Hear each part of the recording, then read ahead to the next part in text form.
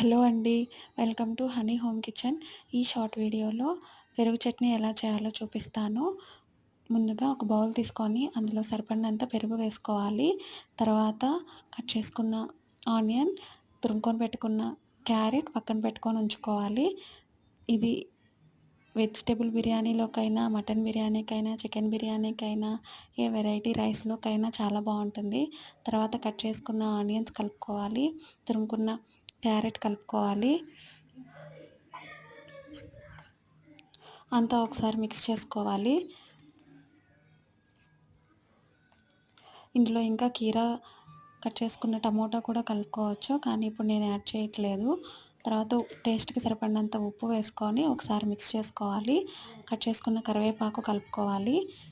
కారంకి తగ్గట్టుగా పచ్చిమిర్చి కట్ చేసుకొని కలుపుకోవాలి. అంతే, పెరుగు పచ్చడి రెడీ అయిపోతుంది. వీడియో నచ్చినట్లయితే లైక్ చేసి